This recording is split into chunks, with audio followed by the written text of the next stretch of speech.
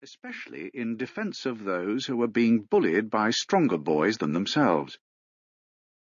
Along with his warlike tendencies went a keen taste for reading, and it was rumoured that a special meeting of a library committee was held in my honour, at which a bylaw was passed that no subscriber should be permitted to change his book more than 3 times a day.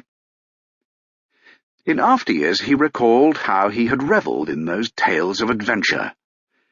I do not think that life has any joy to offer so complete, so soul-filling, as that which comes upon the imaginative lad whose spare time is limited, but who is able to snuggle down into a corner with his book, knowing that the next hour is all his own, and how vivid and fresh it all is. Your very heart and soul are out on the prairies and the oceans with your hero.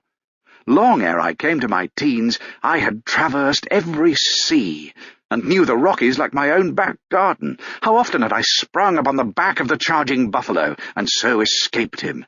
I had creased horses, I had shot down rapids, I had strapped on my moccasins, hind foremost to conceal my tracks. I had lain under water with a reed in my mouth, and I had feigned madness to escape the torture. As to the Indian braves whom I slew in single combats, I could have stocked a large graveyard, and, fortunately enough, though I was a good deal chipped about in these affairs, no real harm ever came of it, and I was always nursed back into health by a very fascinating young squaw. It was all more real than the reality.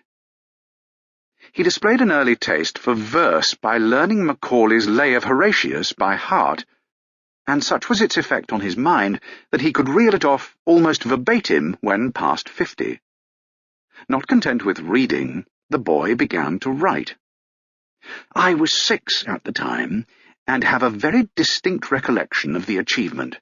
It was written, I remember, upon foolscap paper in what might be called a fine, bold hand, 4 words to the line, and was illustrated by marginal pen and ink sketches by the author.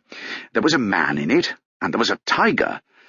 I forget which was the hero, but it didn't matter much, for they became blended into one about the time when the tiger met the man.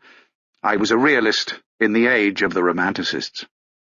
I described at some length the untimely end of that wayfarer, but when the tiger had absorbed him, I found myself slightly embarrassed as to how my story was to go on. It is very easy to get people into scrapes, and very hard to get them out again, I remarked, and I have often had cause to repeat the precocious aphorism of my childhood. At the age of 9, he went to Hodder, the preparatory school for Stonyhurst, where Roman Catholic boys imbibe as much truth as is thought good for them. On his journey to Preston in Lancashire, he was overcome with homesickness, and wept copiously. At Preston, he joined a crowd of other boys and was driven the remaining 12 miles under the guardianship of a black-robed Jesuit. He remained for 2 years at Hodder, where he was fairly happy, his principal being more human than Jesuits usually are. Passing on to Stonyhurst, he began to suffer in the cause of education. He wasted countless hours on Latin and Greek, which left him with a hatred of Greek only equalled by his loathing of Latin.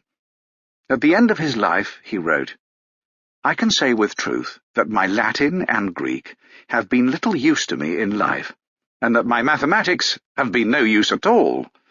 On the other hand, some things which I picked up almost by accident, the art of reading aloud learned when my mother was knitting, or the reading of French books learned by spelling out the captions of the Jules Verne illustrations, have been of the greatest possible service. The bodily nourishment provided by the Jesuits was as uninteresting as the mental, their principle being that dry knowledge could only be absorbed with dry food. Breakfast consisted of bread and a mixture of hot water and milk, butcher's meat for dinner, fish on Fridays, with pudding twice a week. For tea, a piece of bread and something called beer, but only resembling it in appearance. Supper brought a repetition of well-diluted milk, bread, butter, and quite often a sybaritic indulgence in potatoes. Even so, the rigorous demands of religion were unsatisfied, and when good behaviour could not be secured by over-exercising the brain,